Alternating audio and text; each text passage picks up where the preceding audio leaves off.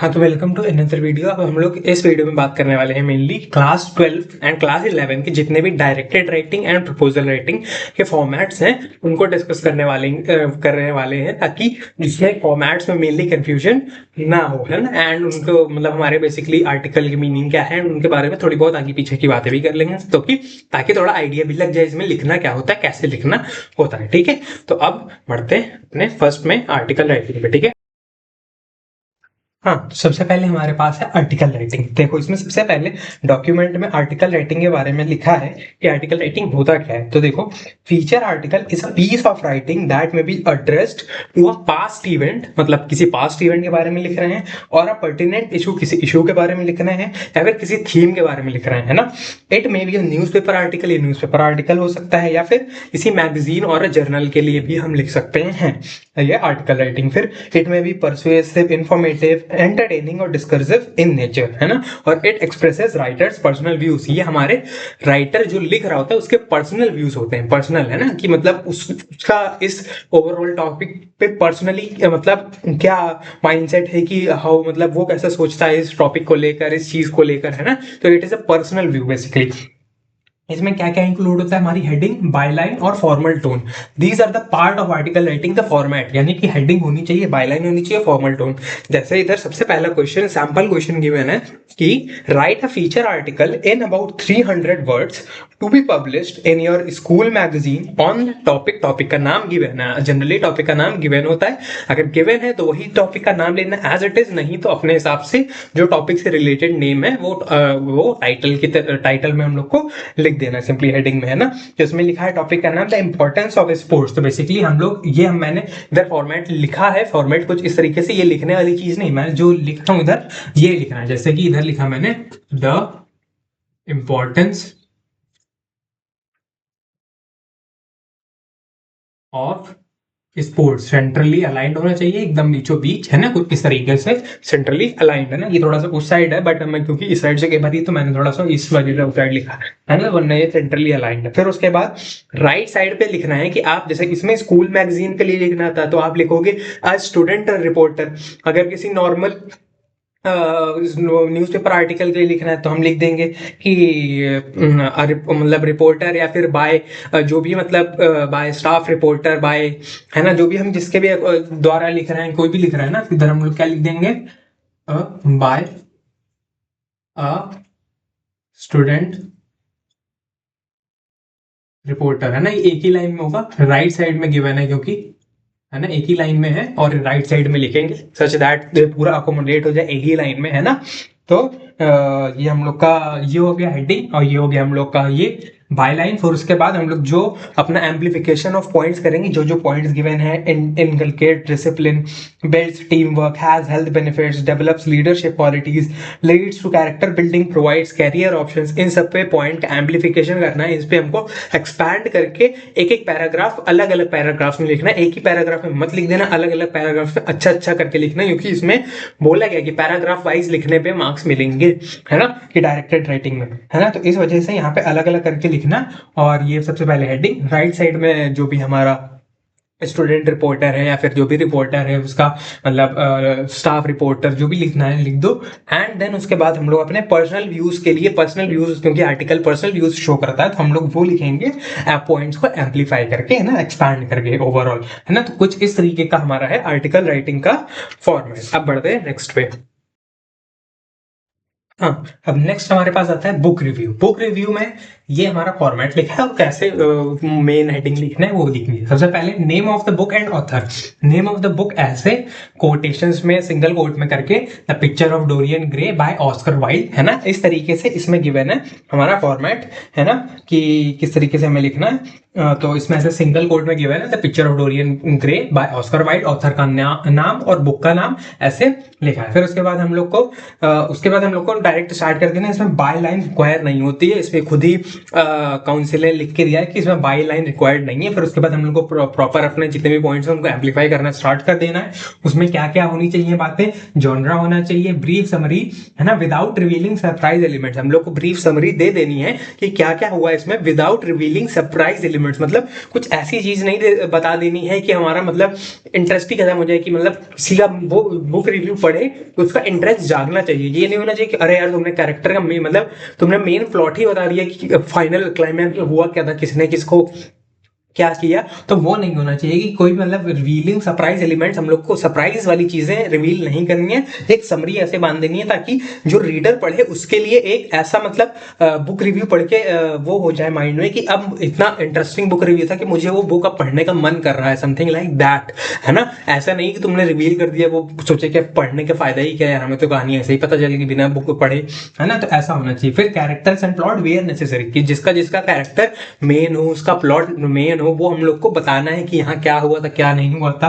Style, है ना, language, linguistics, vocabulary, sentence structure and tone. ये तो सिंपल ग्रामेटिकल वाली बातें हैं इतनी सी कि हमें अपनी ग्रामर, सेंटेंस स्ट्रक्चर, स्पेलिंग्स, इन सब का ध्यान रखना है, इनको गलत नहीं करना है, इनको सही से करना है। पैसिव वॉइस है मेनली हम लोगों को अपना बुक रिव्यू लिखना है, मेनली पैसिव वॉइस यूज करके, बाई लाइन रिक्वायर नहीं होगी, तो पहले ही बता चुके थे। उसके बाद ये मैंने एग्जाम्पल लिख दिए कैसे हम लोगों को हेडिंग लिखनी है, एंड देन उसके बाद अपना नॉर्मल अपना बुक रिव्यू स्टार्ट कर देना है ना। और इसमें लिखा भी है कि book review assesses a book on essential parameters of plot or theme, characters, style and tone. This form of writing requires the writer to offer their opinion, उनका खुद का ओपिनियन। ऑब्वियसली अगर बुक रिव्यू लिख रहा हूं तो मैं अपना ओपिनियन लिख रहा हूँ इस बुक पे कि मुझे कैसी लगी, है ना। And not merely record the factual details about the book, है ना। मुझे अपना ओपिनियन रखना है, मुझे सिर्फ उसकी बातें नहीं बतानी कि इस बुक में क्या क्या हुआ, कि ये बुक में ये हीरो था, ये हीरोइन थी, इसने अच्छा ये विलन था, विलन ने ये मांगा, विलन और हीरो ने मना कर दिया, फिर लड़ाई हुई, ये हुआ, वो तो भाई सबको पता है, वो सबका नॉर्मल। लेकिन हम अपना ओपिनियन लिखेंगे कि मुझे लगी कैसे, मेन ऐसा क्या खास था जो मुझे एकदम दिमाग में मेरे आ गया कि अरे हाँ ये बुक एकदम बहुत अच्छी है, जिसके बाद जिसने मुझे इस बुक के बारे में लिखने में मजबूर कर दिया। इतना अच्छा इंटरेस्टिंग प्लॉट था यहाँ पे कि मुझे वो मतलब बहुत अच्छा लगा, और मैं सजेस्ट करूंगा कि आप भी जरूर पढ़ें, है ना। तो इस वजह से हमें ऐसा कुछ बताना होता है ताकि वो हमारा ओपिनियन पढ़ के, हमारा ओपिनियन क्या है उस बुक पे, वो पढ़ के हम लोगों को मतलब ओपिनियन पढ़ने के बाद दूसरे का मन कर जाए कि अब मेरा भी मन कर रहा है बुक पढ़ने का, समथिंग लाइक दैट, है ना।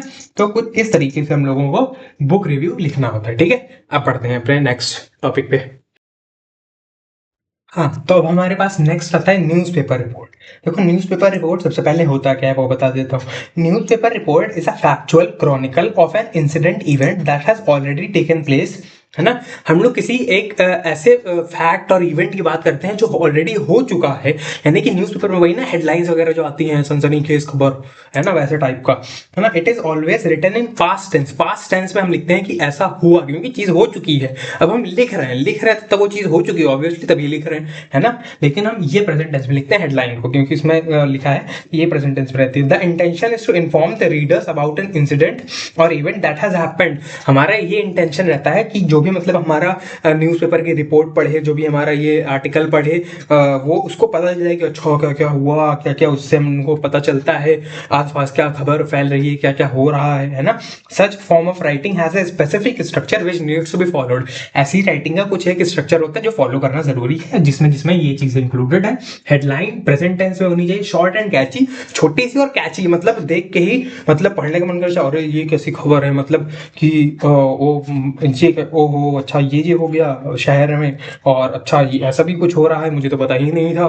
फिर उसके बाद पढ़ने का मन करता है डिटेल्स में प्रॉपर, है ना। और फिर बाय लाइन भी लिखनी होती है, किसने लिखा बाय लाइन में, बाय स्टाफ रिपोर्टर, या फिर नाम लिख दो, है ना, कि बाय नैतिक श्रीवास्तव, है ना, जो भी स्टाफ रिपोर्टर की बात हो रही है। अगर नाम लिखने के बाद क्वेश्चन में कही होगी गिवन नेम लिखना है, या फिर अपना नाम लिखो तब लिखना, अदरवाइज स्टाफ रिपोर्टर लिख के that is it, bye staff reporter, that is good, ठीक है। फिर प्लेस एंड डेट भी लिखनी होती है, फॉर्मल टोन का यूज करना होता है, पैसिव वॉइस, क्योंकि हम लोग ऐसे कहेंगे कि उसने उसको गोली मारी, ये नहीं he was shot bye a gun, है ना, ऐसे तरीके से पैसिव वॉइस का यूज कर करके। ओपनिंग पैरा में हम लोग लिखते हैं क्या हुआ, शॉर्ट में लिख देते हैं, समराइज करके कि बेसिकली हुआ क्या, उसको हम ओपनिंग पैरा में लिख देते हैं, सच दैट ओपनिंग पैरा, कोई अगर किसी को केवल ओपनिंग पैरा ही पढ़ना और आइडिया लेना हो कि हुआ क्या, तो उसको हल्का सा आइडिया वहां से भी मिल जाए। और फिर हम लोग मेन बॉडी में डिटेल्स लिखते हैं कि हाँ अब एक्चुअल डिटेल्स जो है, जो हमने यहाँ पे समराइज फॉर्म में लिखा था, उसको एक एक मतलब डिटेल में जाके किसने किया, कैसे किया, क्या किया, कौन था इन्वॉल्व, क्यों किया, कब किया, है ना, ये सब चीजें हम लोग who, what, when, where, why, how, ये सब वगैरह हम लोग उस पर डिटेल में जाते हैं। और फिर हम लोग आखिरी में रिएक्शन एंड कॉन्सिक्वेंसेस लिखते हैं कि वहां के पड़ोसी से पूछा गया कि आपका क्या इस पर रिएक्शन था, कि आपने जब सुबह सुबह ये देखा, ये हुआ है, तो आपका मतलब क्या रिएक्शन था इस पे। और फिर उसके बाद इन्वेस्टिगेशन चल रही है, पुलिस इस पे लगी हुई है ना, चोरी हो गई है, समथिंग लाइक दैट हम लोग कॉन्सिक्वेंसेस जो हुए उस पर लिखते हैं, है ना। तो सर यहाँ पर जैसे कि क्वेश्चन है, ABC bank in your city has been robbed, एक बैंक है एबीसी नाम का, वो उसमें चोरी हो गई। As a reporter for a local daily write a newspaper report in about 300 words using the guidelines given below, है ना। तो हम लोग को गाइडलाइंस का यूज करके स्टार्ट कर देना है ना। तो जैसे कि इसमें हेडिंग लिखी है, daylight robbery at ABC bank shocks city residents. Obviously बात है, ऐसा ही होता है ना, सनसनीखेज खबर टाइप का कुछ लिखा होता है। तो इधर जैसे लिखा है क्या, ये सेंट्रली अलाइंड है, मैं इधर क्योंकि इधर मैंने जगह ले लिया तो मैं थोड़ा सा इधर लिख रहा हूं, है ना। क्या लिखा है, daylight robbery at ABC bank shocks city residents, है ना। ये मेन सेंट्रली अलाइंड एक लाइन में आ जाना चाहिए आइडियली, अदरवाइज आए तो ही सेंट्रली अलाइंड होना चाहिए मेनली, है ना। फिर उसके बाद राइट साइड में बाय स्टाफ रिपोर्टर, या फिर नेम लिख दो अगर नेम गिवन है क्वेश्चन में लिखने को, है ना, ऐसे लिख दिया। फिर उसके बाद हम लोग प्लेस और डेट लिखेंगे। प्लेस मान लो कि बात हो रहा है कहाँ पे, लखनऊ, है ना, लखनऊ। और डेट कोई भी डाल दो, डेट एग्जाम की 13 को है तो डाल दो 13, मतलब हाँ 13, है ना, कुछ इस तरीके से। This is the format for date, एक सेकेंड, 13 फरवरी, है ना, 2026, ठीक है। तो पहले हम लोग डालेंगे कहाँ पर हुआ है ये इंसिडेंट, कॉमा लगा के हम लोग उस दिन की डेट डालेंगे जिस दिन लेकर आए, 13th, है ना, फर्स्ट। या तो अगर हम डालते हैं 21, 22, 23, उसमें फर्स्ट 21 होता है, यानी कि ST आता है 1 वाले के में, 2 वाले में ND आता है सेकेंड, है ना, और 3rd वाले में RD आता है। फिर आता है 14, 15, 16, है ना, ऐसे 13, है ना। तो ये 13 फरवरी, 2026 उस दिन एग्जाम है। तो फरवरी की स्पेलिंग भाई गलत मत करना, FEVRUARY, है ना। इस तरीके से प्लेस और फिर डेट इस तरीके से लिख देंगे, एंड देन उसके बाद अपना इंसिडेंट बताने लगेंगे। एंड क्योंकि हम 13 फरवरी को लिख रहे हैं तो ऑब्वियस सी बात है इंसिडेंट पिछले दिन हुआ होगा, तभी हम 13 फरवरी को लिख रहे हैं। 12 फरवरी को इंसिडेंट हुआ होगा, और इससे पिछला भी नहीं हो कि न्यूज़पेपर्स रोज छपते हैं, न्यूज़पेपर रोज छपते हैं, इस वजह से हम लोग जस्ट पिछले दिन की बात करेंगे, पिछले दिन ये हुआ, हम उसको डिटेल में बता देंगे, है ना। तो in a shocking incident that has left the city stunned, ABC's bank central branch on MG road was robbed in broad daylight on 12 February 2026, है ना। ये ऐसा, उसके बारे में फिर उसके बाद धीरे इसके बारे में क्या हुआ शॉर्ट में बताया, फिर उसकी डिटेल देना स्टार्ट करेंगे, एंड देन उसी तरीके से हमारा ये पूरा हो जाएगा। ध्यान देने वाली बात मैंने फॉर्मेट में क्या क्या बताई कि ये रहेगा हमारा क्या, एक कैची हेडिंग, कैची शॉर्ट तो ऑल्दो ये नहीं है, बट इसमें क्योंकि गिवन थे क्वेश्चन के लिए तो कुछ इस तरीके से। तो ये कैची हेडिंग रहेगी, मतलब सनसनीखेज खबर टाइप, है ना, समथिंग लाइक दैट। तो इसको सेंट्रली अलाइन टॉप पे लिखेंगे हमारे टाइटल में। फिर right side by staff reporter, या फिर नेम अगर कुछ गिवन हो क्वेश्चन में, या फिर बोला गया हो कि अपना नाम लिख दो, है ना। फिर उसके बाद राइट हम लोग लेफ्ट साइड में लिखेंगे क्या, प्लेस का नाम, कॉमा, उसके बाद ये लिखेंगे डेट, और उसके जस्ट नीचे से हम लोग अपना न्यूज़पेपर रिपोर्ट स्टार्ट कर देंगे क्या क्या हुआ है ना। तो इस हिसाब से हमारा न्यूज़पेपर रिपोर्ट कुछ इस तरीके से लिखा जाएगा, ठीक है। हाँ, अब नेक्स्ट है हमारे पास statement of purpose. Statement of purpose में हम लोग को क्या क्या, देखो सबसे पहले स्टेटमेंट ऑफ पर्पस होता क्या है, SOP जिसको कहते हैं, It is a narrative that is written persuasively to highlight the academic background, achievements, motivations and career aspirations of the candidate. यानी कि बेसिकली हम लोग कैरियर रिलेटेड मोटिवेशंस, गोल, अपने मतलब कैरियर रिलेटेड मोटा मोटा उससे रिलेटेड बात करते हैं, academic background, achievements इन सबके, है ना. It is written for the specific purpose of seeking admission to a course or university. हम लोग इसको लिखते हैं किसी कोर्स या किसी यूनिवर्सिटी में एडमिशन लेने के लिए, तो उसमें हम लोग ये बातों का ध्यान रखते हैं. क्या क्या बातें हैं?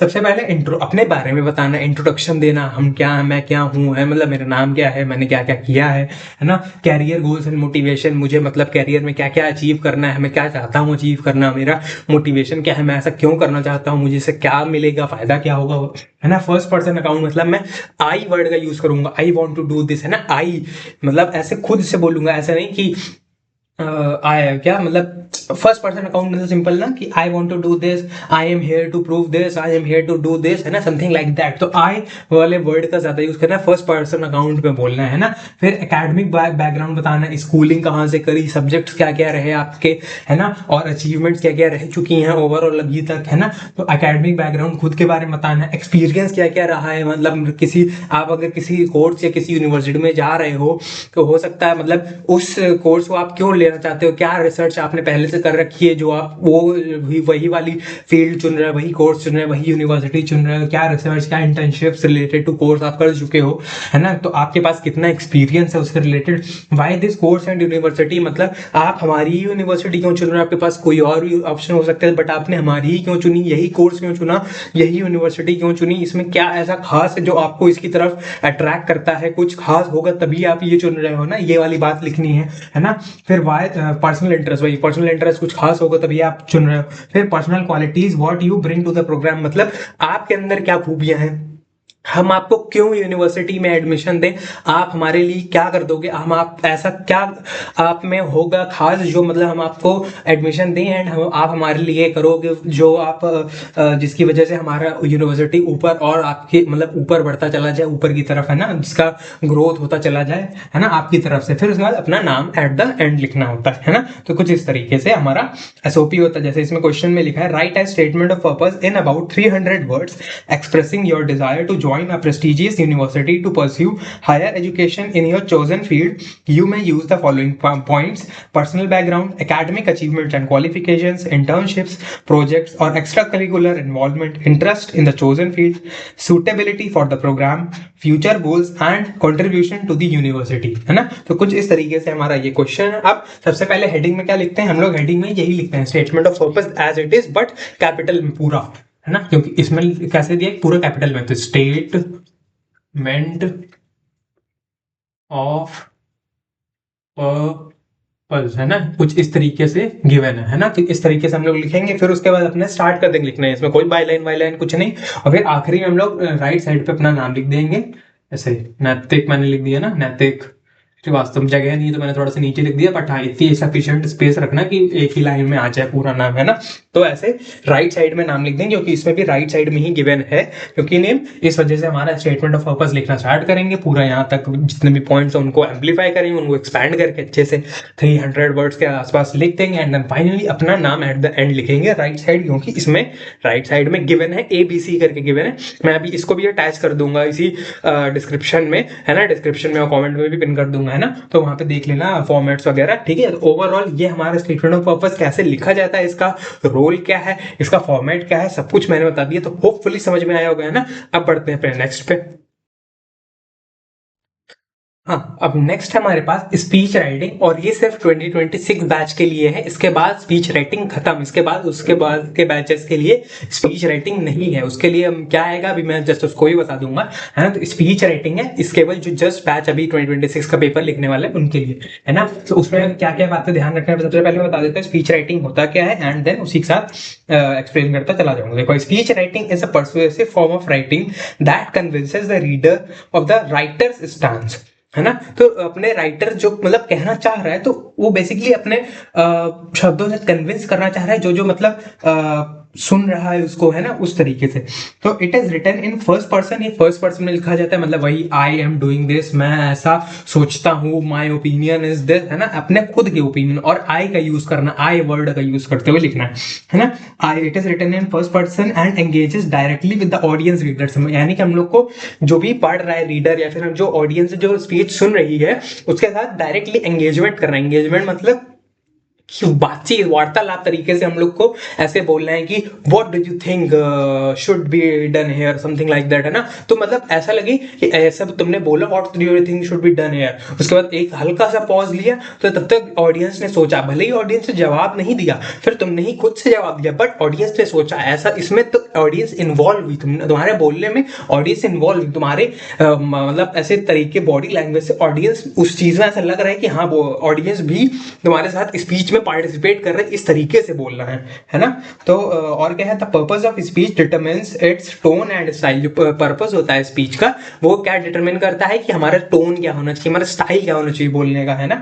अ speech address to a group of junior class students would make use of words such as dear friends. हम अपने से छोटों के लिए क्या क्या यूज करेंगे, वर्ड्स डियर फ्रेंड्स, है ना। While a speech intended for teachers और parents would maintain a respectful tone. और अगर हम किसी अपने से बड़े के लिए लिख रहे हैं तो हम अपना एक रिस्पेक्टफुल टोन, एक फॉर्मल टोन मेंटेन करके रखेंगे, ना। तो छोटों के लिए डियर फ्रेंड्स, बड़ों के लिए एक रिस्पेक्टफुल तरीके से एक बोलेंगे, है ना। फिर उसके बाद ये इसमें क्या क्या होना चाहिए, प्रॉपर सैल्यूटेशन। प्रॉपर सैल्यूटेशन मतलब good morning respected principal, teachers and my dear friends who all are present here, है ना, समथिंग लाइक दैट, है ना। गुड मॉर्निंग से स्टार्ट करना है अपना, या फिर गुड आफ्टर, सब जितने समय पे भी स्पीच है ये दी जा रही हो, जो भी कॉन्टेक्स्ट हो इसका स्पीच का, है ना, तो अपने एक प्रॉपर सैल्यूटेशन से ये स्पीच का पैराग्राफ स्टार्ट होना चाहिए, है ना। फर्स्ट लाइन यहीं से स्टार्ट होनी चाहिए, है ना। टाइटल के बाद, टाइटल आपको लिखना है, एग्जाम टाइटल बोलना नहीं होता है, स्टार्ट हम लोग को यहाँ से करना होता है। Good morning everyone, I am here to present this, है ना। Good morning dear good morning principal, respected principal, my teachers and my dear friends, something like that, है ना। फिर उसके बाद introduction of the topic clearly and purposeful, यानी कि आप अपने टॉपिक को इंट्रोड्यूस कराओगे, आप किस टॉपिक पे बोलने जा रहे हो ये बताओगे कि मैं किस टॉपिक पे बोलने जा रहा हूं, है ना। तो हम लोग को इंट्रोडक्शन ऑफ द टॉपिक करना है। फिर use of an interrogative sentence to engage with the audience, यानी कि ऑडियंस से एक एंगेजमेंट तरीके का मतलब बातचीत तरीके का मतलब वो रखने के लिए कन्वर्सेशन स्टाइल हम लोग ऐसा यूज करें कि इंटरोगेटिव सेंटेंसेस, मतलब बीच बीच में सवाल करते हैं ऑडियंस से, ऑल तो भले ही ऑडियंस जवाब दे या ना दे, हम खुद ही उसके बाद में आंसर दें, बट हमको ऑडियंस को ऐसा महसूस कराना कि वो भी हमारे साथ इंक्लूडेड है, ताकि वो एक्टिवली हमारी बातों को सुने, पैसिवली नहीं कि हाँ बोल रहा है कोई तो बोल ही रहा होगा, हमें क्या मतलब बोलने दो, नहीं, वो एक्टिवली सुने ताकि वो भी मतलब उस चीज में ऐसा इन्वॉल्व महसूस करे। इस तरीके से हमको अपना स्पीच रेडी करना होता है ना। फिर यूज ऑफ एप्रोप्रिएट इडियम्स और प्रोवर्ब्स, हमें अपने मुहावरे और प्रोवर्ब्स ये सब अपना रखना होता है कि बंदर क्या जाने अदरक का स्वाद, इंग्लिश में, है ना, हिंदी वाला नहीं, है ना। तो उसको ये सबको इंग्लिश में यूज करना होता है इस तरीके से कि हमारा मतलब जो स्पीच हम बोल रहे हैं उसमें वो एलिमेंट इडियम प्रोवर्ब से एकदम स्मूथली फ्लो होके आ जाए, एंड हम उस चीज को स्मूथली सामने वाले को समझा पाए कि अच्छा इसका मीनिंग ये है, और इसको एक कथा मतलब क्या उसको एक कहावत से भी, सॉरी कथा कह रहा था मैं, एक कहावत से भी इसको एक्सप्लेन किया जा सकता है, ऐसी समथिंग लाइक दैट चीज थी, है ना। तो ये use of appropriate idioms proverbs, इनका यूज काफी जरूरी है ना। फर्स्ट पर्सन नैरेटिव जो बता चुका हूं मैं, फॉर्मल टोन मेंटेन करनी होती है, वो भी ठीक है। फिर उसके बाद बॉडी में क्या क्या लिखना होता है, ऑर्गेनाइज मेन पॉइंट्स लॉजिकली, 2 से 4 पैराग्राफ्स, 2 to 4 पैराग्राफ्स हमें मेन पॉइंट्स को लॉजिकली वो करना, ऑर्गेनाइज करना, एक ऑर्गेनाइजेशन प्रॉपर होना चाहिए। Use connectors firstly, moreover, in addition, however, for flow, मतलब जैसे कि हम लोग बोलते रहते हैं ना कि firstly I will talk about this, है ना, इतना हो गया। फिर उसके बाद थोड़ी देर बाद हम कहेंगे more over this thing is something like this, है ना, इन एडिशन टू दिस, है ना, समथिंग लाइक दिस। ऐसे हम लोग ये जो कनेक्टर्स हैं, moreover, firstly, in addition, however, ये सब कनेक्ट करते हैं हमारे सेंटेंसेस को, तो ये बोलने से हमारा एक स्मूथ फ्लो चलता रहता है स्पीच में, है ना। फिर support each point with example, reasoning और एक्सपीरियंसेस, तो हम लोग अपने जो पॉइंट्स प्रेजेंट करना है किसी एग्जाम्पल से, किसी रीजनिंग से, किसी जो मतलब हमारे साथ घटित हो चुका है एक्सपीरियंस, उससे हम लोग अपने पॉइंट को प्रेजेंट करना, ताकि वो रियलिस्टिक लगे, एक मतलब ऐसा ना लगे कि हम सिर्फ बोलने के लिए बोल रहे हैं, वो चीज समथिंग हाँ रियलिटी में इंस्पायर इंस्पायर कर सकती है, रियलिटी में समथिंग हो सकती है एंड हमारे साथ हुई है एंड सामने वाले के साथ हो सकती है एंड मे बी उस चीज से हमें क्या सीखना चाहिए या फिर कोई अच्छी चीज है जो मतलब एंटरटेनिंग है, समथिंग लाइक दैट, कुछ भी हो सकता है ना। फिर कंक्लूजन में हम लोग समराइज करने की थॉट्स जो हम लोगों ने मेन थॉट्स करे उनको समराइज मतलब बॉडी में जो जो लिखा है उसको समराइज नहीं करना, की थॉट्स यानी कि हम क्या सोच रहे हैं उसको एक समरी वे में बता देने कि हाँ हाँ this were the points which were mainly मैं जो कहना चाहता था ओवरऑल, है ना ये। फिर उसके बाद and with a positive note और कॉल टू एक्शन, या फिर एंड करना चाहिए एक पॉजिटिव नोट के साथ, यानी कि अगर हम किसी को कोई मैसेज देने के लिए कर रहे हैं पॉजिटिव नोट से एंड कर दो कि ऐसा करने से ऐसा होता है, तो हमें शिक्षा ये मिलती है कि ये करना चाहिए, so the moral of the story is this, है ना। और या फिर कॉल इन एक्शन मतलब तो क्या हमें इस पे आवाज उठानी चाहिए, क्या आपको लगता है कि ये होना चाहिए, ठीक है, Jai Hind, thank you so much, ऐसा टाइप का, है ना, something call in action type, something like that, call to action, है ना। थैंक द ऑडियंस एंड अपनी ऑडियंस को थैंक भी करना है ना, thank the audience, thank you for your time and attention for मतलब या फिर thank you for listening this patience with the patience with जो भी मतलब बात समझो, मैं समझाना चाह रहा हूँ कि thank the audience, use a formal tone, language should be clear, engaging and direct, language होनी चाहिए इतनी क्लियर हो आप मतलब पॉज ले लेके बोल रहे आराम से, सांस एक मेंटेन है, मतलब वो नहीं है, धक धक होता रहता है, बट हाँ ओवरऑल एक पेस कंट्रोल तरीके से आप बोल रहे हो, सामने वाले को ऐसा ना लगे कि आप घबरा रहे हो, आप डर रहे हो, है ना। तो language should be clear, engaging and direct, avoid slang, contractions और ओवरली कॉम्प्लेक्स सेंटेंसेस। ऐसा भी सेंटेंस नहीं बोल देना है कि पता चला मैंने तो बोल दिया, अब सामने वाला समझता रहे, हमें क्या मतलब, ऐसा नहीं कि मतलब कुछ सेंटेंसेस को सिंपल रखना है, वोकैबुलरी आप अच्छी यूज करो, बट आपको सेंटेंसेस को सिंपल रखना है कि मतलब ये नहीं कि मैंने खूब लंबा सा सेंटेंस फेंक के मार दिया सामने वाले ऑडियंस को, अब ऑडियंस सुने और समझते रहे कि इसने बोला क्या, मुझे मैंने तो बोल दिया, ऐसा नहीं करना। इस वजह से अपने सेंटेंसेस को क्लियर अच्छे तरीके से बोलना, प्रेजेंट करना भी आना चाहिए, है ना। तो ये तो ओवरऑल स्पीकिंग स्किल्स और राइटिंग स्किल्स दोनों के लिए काफी बेस्ट मतलब ये गाइडेंस लिखा है ना। अब जैसे सैंपल क्वेश्चन है कि imagine that you are the head boy head girl of XYZ school, you have to deliver a speech at the farewell party organized by your juniors, prepare a suitable speech for the occasion using the points given below, early memories, memorable points, skills acquired, values learn, gratitude to teachers, message for juniors, future plans, है ना, ये सब लिखना है। तो अब सबसे पहले इसमें भी जैसे स्टेटमेंट ऑफ पर्पस में हेडिंग लिखी थी टॉप पे, इसमें भी लिखनी है, इसमें स्पीच राइटिंग नहीं लिखना, इसमें जो भी जैसे इसमें फेयरवेल स्पीच है ऐसे लिखना है, कैपिटल में, फुल कैपिटल, है ना, फेयरवेल, क्योंकि इसमें वैसे ही गिवन है फेयरवेल स्पीच, है ना। फिर उसके बाद हम लोग गुड मॉर्निंग, गुड आफ्टरनून इससे स्टार्ट करेंगे, सैल्यूटेशन से अपना गुड मॉर्निंग, है ना, respected principal, teachers and my dear friends, है ना, ऐसे स्टार्ट करेंगे एंड अपना जितने भी पॉइंट्स हैं वो सब लिख के फाइनली हम लोग क्या लिख देंगे, thank you all once again for your guidance, friendship and support, this farewell marks the end of a chapter but the beginning of many more, है ना। बेसिकली आखिरी में हम लोग को थैंक करना है ना, तो ये भी वेरी इंपॉर्टेंट थिंग है कि थैंक यू वाला स्टेटमेंट एक पूरा होना चाहिए, गुड मॉर्निंग का होना चाहिए, आखिर में थैंक यू का, और बीच में ओवरऑल हमारा कंटेंट जितना भी होना चाहिए वो फर्स्ट पर्सन अकाउंट में फॉर्मल टोन में, है ना, इस तरीके से कि हम सामने वाले से एक एंगेज कर रहे हैं, सामने वाले से बातचीत करने की कोशिश कर रहे हैं, है ना। कुछ इस तरीके से हमारा स्पीच राइटिंग होता है जो बस इसी बैच के लिए है, उसके बाद से खत्म भी हो जाना है ना। तो ये this will be the thing for the मतलब 2026 बैच के लिए, हो सकता है एक्सपेक्ट कर लो, अगर ये इस साल के बैच के लिए ही है तो हो सकता है कि यही आ जाए, है ना, स्पीच राइटिंग। बट मैं देखो भाई कंफर्मेशन से नहीं कहूंगा, फिर बाद में कहने लोग भैया आपने मिसगाइड कर दिया, मैं कुछ नहीं कहूंगा ये सब, मैं ये गुरु वाली बातें नहीं करूंगा कि बाद में हो जाएगी, मतलब गुरु इन द सेंस आई मेंट की not teacher, Guru in the sense की मतलब वो क्या जो भविष्यवाणी करते हैं टाइप्स ऑफ, है ना, कि भविष्य में ये हो सकता है, ये वाला टॉपिक आ सकता है, वो वाली चीज प्लीज मुझ पर भरोसा मत करना, कुछ भी हो सकता है, समथिंग कुछ भी हो सकता है, बस अपना प्रिपरेशन अपनी पूरी रखना। मैंने इसलिए कह दी क्योंकि आखिरी बार है, मतलब 2026 बैच, इसके बाद ये स्पीच राइटिंग खत्म कर दी जाए तो मे भी हो सकता है आ जाए यही चीज, है ना, इसलिए मैं प्रिपेयर हो के रहा हूँ। पिछले साल भी नहीं आया था, पिछले साल आर्टिकल आया था, तो आर्टिकल तो अब रेयर है कि अब आर्टिकल रिपीट करने लगातार 2 साल में, है ना। तो अब बढ़ते हैं आगे। हाँ, तो अब नेक्स्ट हमारे पास आता है blog writing, which is gonna be start from मतलब starting from ISC 2027 year onwards, यानी कि जो लोग अभी करंटली 2026 के एग्जाम्स में, 11th के एग्जाम्स में अपियर करने वाले हैं, उनके 12th के एग्जाम्स में ब्लॉग राइटिंग स्टार्ट हो जाएगा, यानी कि उनके ईयर से दिस थिंग विल स्टार्ट, है ना। ब्लॉग राइटिंग और स्पीच राइटिंग हट जाएगा, उसकी जगह ब्लॉग राइटिंग आया, है ना।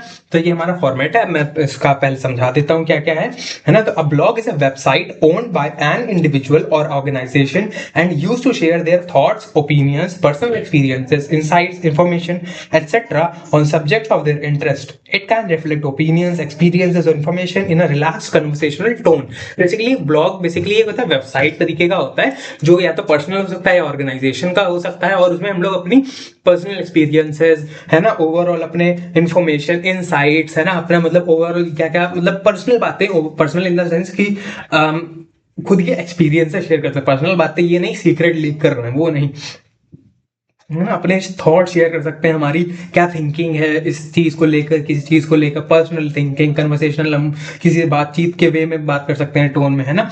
तो इस तरीके से ये होता है ब्लॉग जो वेबसाइट होती है। हियर आर सम की conventions of a blog which clearly distinguishes it from an article। तो कुछ जो की कन्वेंशन हैं, कुछ खास बातें जो एक ब्लॉग को एक आर्टिकल से अलग बनाता है। ब्लॉग है, ब्लॉग नहीं, ब्लॉग वो वाला नहीं कि hello guys I am this, है ना, गाइज नहीं, गाइज मैं जानता हूँ, मैं जानबूझ के गाइज बोलता हूँ, है ना, मजाक में, है ना।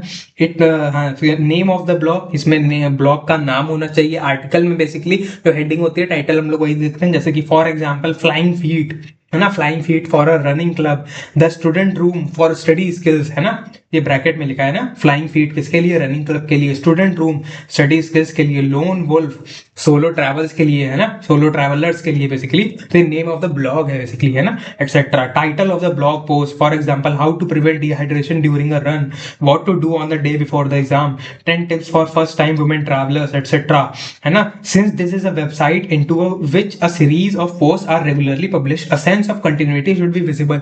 यानी कि एक वेबसाइट है जिसमें हम लोग बार बार पोस्ट करते रहते हैं, तो एक सेंस ऑफ कंटिन्यूटी दिखनी चाहिए कि हम बार बार उस पर कुछ ना कुछ पोस्ट कर रहे हैं। For example, welcome back readers, last week we had discussed about this week's post is a completely different take on this topic, है ना। तो ऐसा पता चलना चाहिए कि हम लोग उस पर एक रेगुलर बेसिस पे मिलते जुलते रहते हैं, किसी से कन्वर्सेशन करते रहते हैं ओवरऑल, है ना।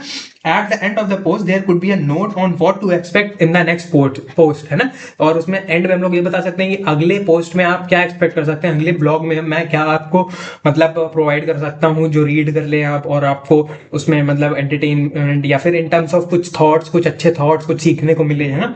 फिर the blog post can have an interactive tone by asking questions to their readers at the end and providing a comment box where they could post their thoughts, है ना। तो ब्लॉग में बेसिकली कमेंट बॉक्स भी होता है जिसमें अपने thoughts वगैरह लिख सकते हैं, और हम कुछ क्वेश्चंस पूछ के अनफिनिश्ड क्वेश्चंस को एज इट इज लीव करते हैं, सच दैट जो रीडर्स हैं वो अपना मतलब रीड करके फाइनली अपना जो भी मतलब पॉइंटेड सोच रहे होंगे वो लिखते हैं, है ना। तो इट इंक्लूड्स द फॉलोइंग, क्या क्या होता है, इन टाइटल होता है कैची, समटाइम्स क्वर्की और क्यूरियस, यानी कि कुछ ऐसा लिखो ताकि मतलब सामने वाले को पढ़ने का मन करे, अरे वाह क्या लिखा, मतलब कि सामने वाले का अटेंशन को ग्रैब करना, ग्रैब द अटेंशन, और ये तो मतलब कुछ अलग सा मतलब टॉपिक दिख रहा है, एक बार मैं ओपन करके दिखता हूँ डिटेल में क्या क्या लिखा है, समथिंग लाइक दैट, है ना।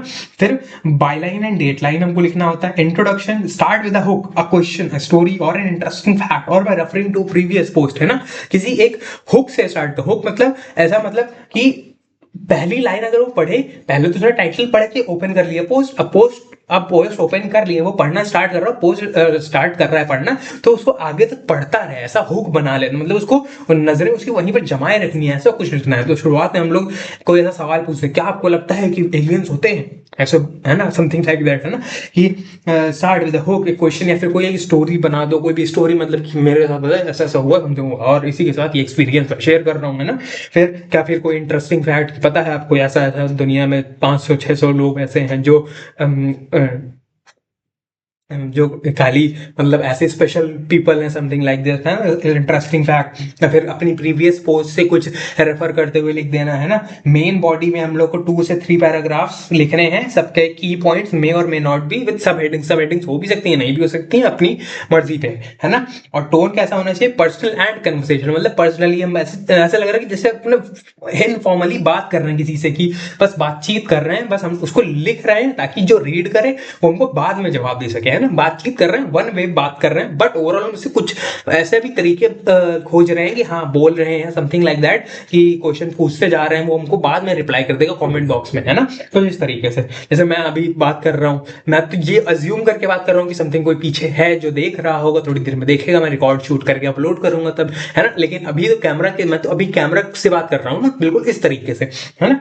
बिल्कुल। फिर conclusion, wrap up with insight, take away, call to action, और by indicating the topic of the upcoming post. Wrap up करना है ना, अपकमिंग पोस्ट के बारे में बता सकते हैं, कॉल टू एक्शन के बारे में बता सकते हैं ना कि एक्शन क्या लेना चाहिए किसी चीज पर, उससे हमें क्या। फिर टेक अवे मतलब क्या लेसन मिलते हैं, हमें क्या सीखने को मिलता है ना। इन सब चीजों से हम लोग को अपना ब्लॉग वगैरह बनाना चाहिए। तो अब देखो, जैसे इसमें सैंपल क्वेश्चन दिया है, as the student head of your school's wellness club, write a blog on the importance of taking a break from social media and share your thoughts on the need for digital isolation.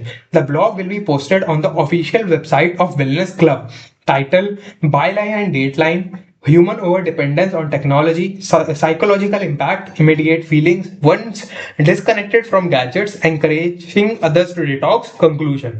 है ना। तो अब इसमें सबसे पहले title देखो, कुछ इस तरीके से कैपिटल में लिखा है, एकदम फुल कैपिटल में, द हेल्थ क्रॉनिकल, है ना।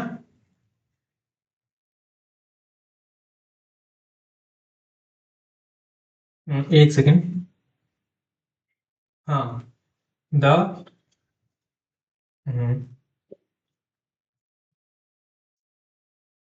हेल्थ क्रॉनिकल, है ना। और फिर क्योंकि हम सेंट्रली अलाइन लिखे हैं, इसको मैंने सेंट्रली अलाइन लिखा है, राइट अलाइन नहीं है, सेंट्रली अलाइन है, क्योंकि फिर वही सेम चीज इधर जगह मैंने खा रखी है, तो उसको मैंने इधर लिख दिया थोड़ा। The health Chronicle digital detox, ये है टाइटल, है ना। डिजिटल डिटॉक्स, है ना, पूरा कैपिटल में सब कुछ, है ना। फिर उसके बाद अपना पोस्ट किसने किया, इसमें लिखा है जैसे पोस्टेड बाय, है ना, Rahul John, Rahul John on, है ना। डेट लाइन एंड वो लिखना था ना, क्या, byline and dateline, byline ये हो गई, और डेट लाइन इसी के साथ, posted by Rahul John on Thursday,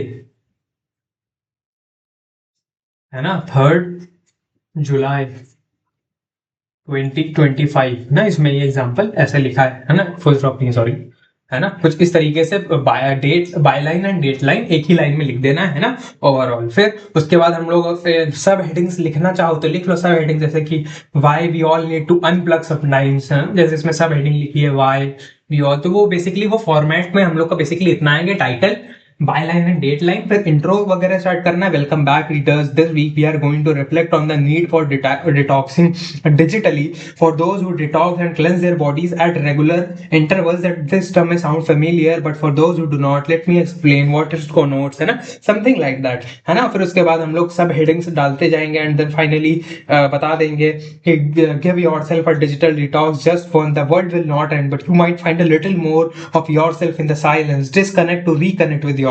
Share your thoughts on the post and experiences on logging off, है ना। तो कुछ इस तरीके से अपने एक्सपीरियंसेस, मतलब कुछ उनसे सवाल कह दो कि आप अपना एक्सपीरियंस शेयर कर दें ये करने के बाद, है ना। तो इस तरीके से स्टार्ट करना, एंड देन फाइनली अपना पूरा वो लिख देना, एंड में कुछ नहीं, मतलब अपना नाम वगैरह कुछ नहीं, ये अपना नाम तो यहीं लिख दिया है ना। तो कुछ इस तरीके से हमारा ब्लॉग का फॉर्मेट होगा, एंड उसको भी मैं अटैच कर दूंगा पीडीएफ को, वहां से रीड कर लेना।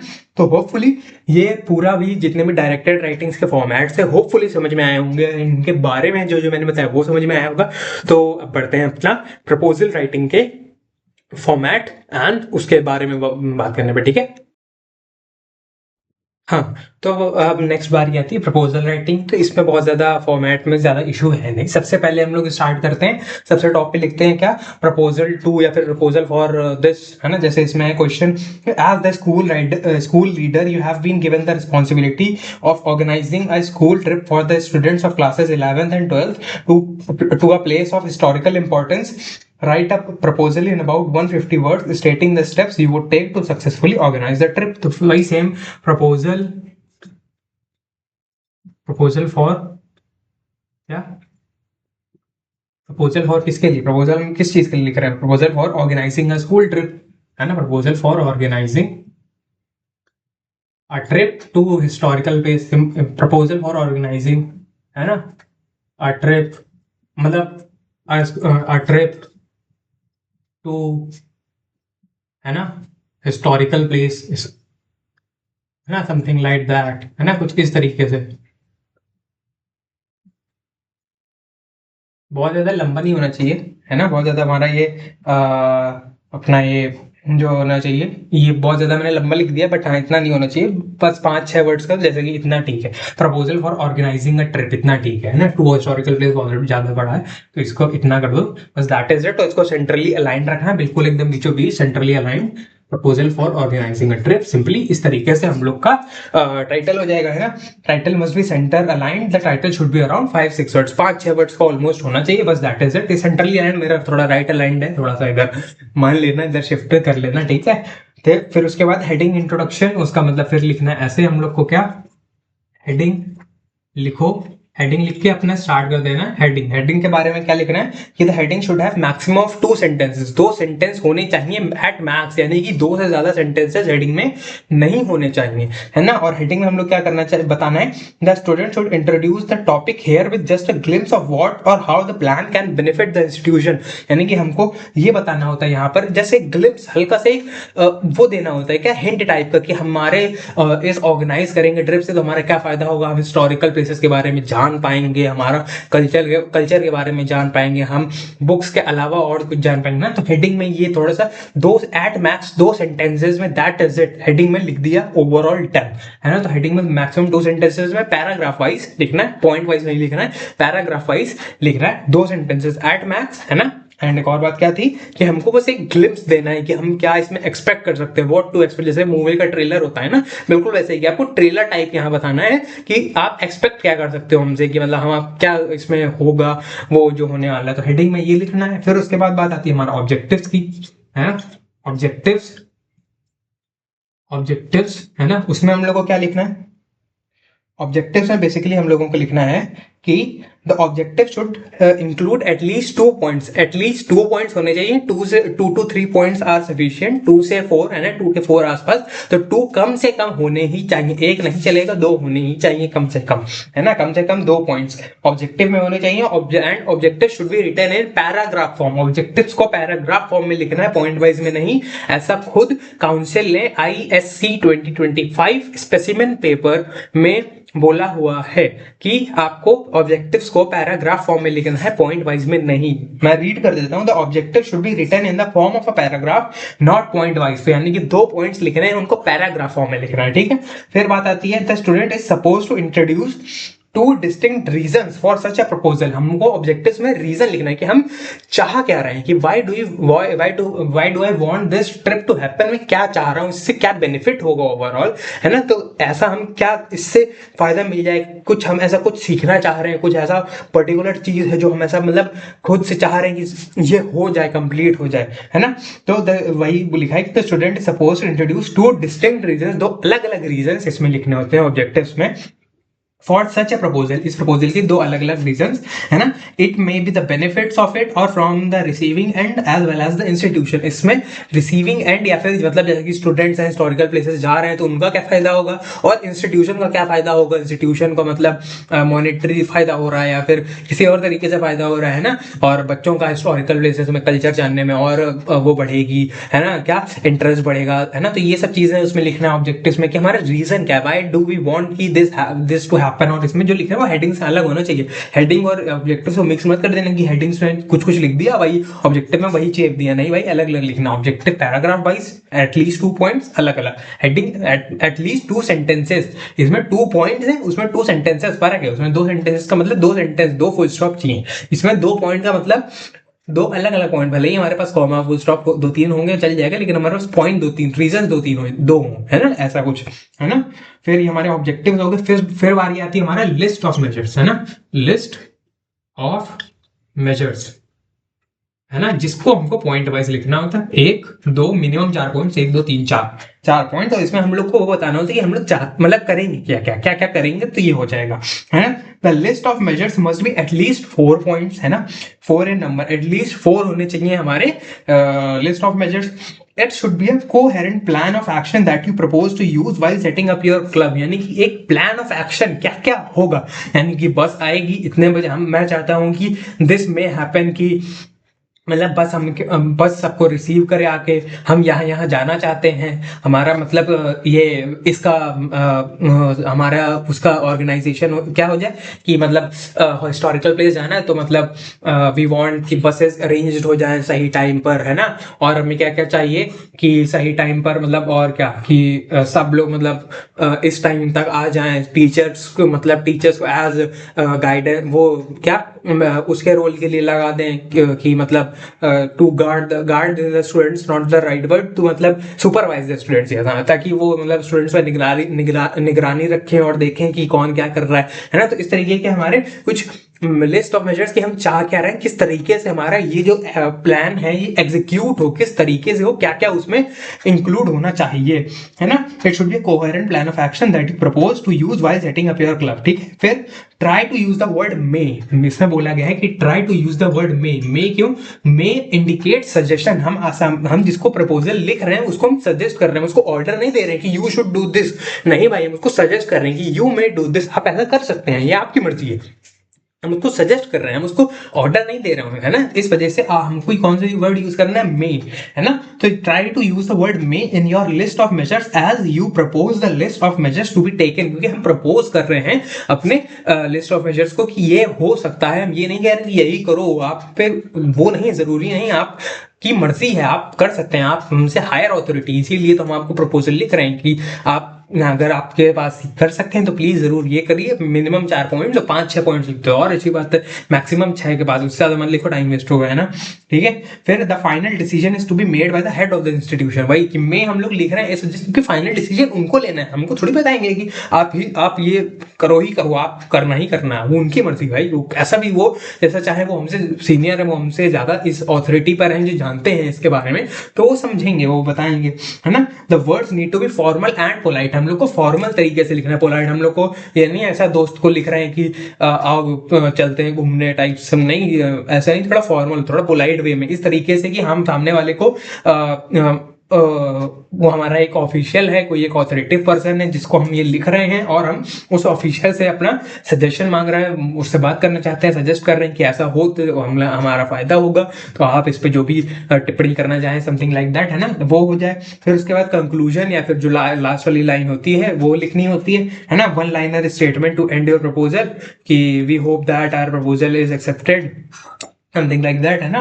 तो एक लाइनर स्टेटमेंट से अपना प्रपोजल एंड करना। It should politely request the head of the institution to accept your offer, है ना। We hope that the proposal is accepted, है ना। तो ये हम लोग का पोलाइट वे है ये कहने का कि प्लीज हमारा हो सके तो एक्सेप्ट कर लीजिए, ये आपकी चॉइस है, दिस इज देयर चॉइस, वो उनकी मर्जी है। हम ये नहीं कहेंगे you should have to accept the proposal, नहीं भाई, हम कह सकते हैं कि अगर हो सके, अगर आप हमारे सजेशंस अच्छे लगे, इससे आपको लग रहा है कि फायदा होगा, तो आप जरूर इसको मतलब इम्प्लीमेंट कीजिए, आप इसमें इसके बारे में विचार कीजिए, सोचिए। तो we hope that the proposal accepted, हम होप करते हैं, हम इसकी उम्मीद करते हैं, इसकी आकांक्षा की वो करते हैं, मतलब सोचते हैं कि होपफुली ऐसा हो जाए, है ना। तो कुछ इस तरीके का इसमें फॉर्मेट होता है ना। लास्ट में क्या है? कंक्लूजन, है ना, कंक्लूजन, है ना, ऐसे। तो proposal for organising a trip, ये हमारा टाइटल है, हेडिंग है ऐसे। फिर ऑब्जेक्टिव से minimum 2 points, list of measures में minimum 4 points, with the use of word may, है ना। यू हैव टू वर्ड मतलब नॉट हैव टू, इधर बोला है कि use of the word may is suggested, मतलब कि हम लोग मे का हर जगह थोड़ी चूज करेंगे,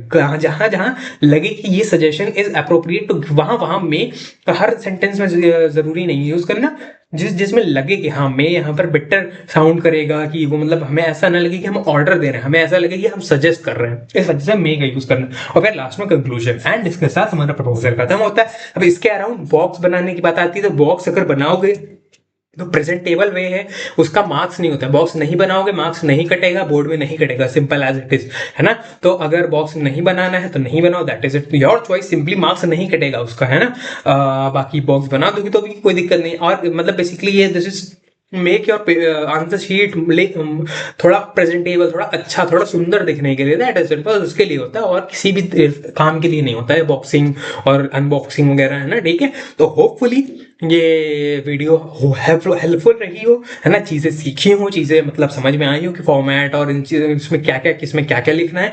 तो thank you so much for watching. तो फिर हम मिलेंगे किसी और वीडियो में, तब तक के लिए नमस्कार, बाय बाय।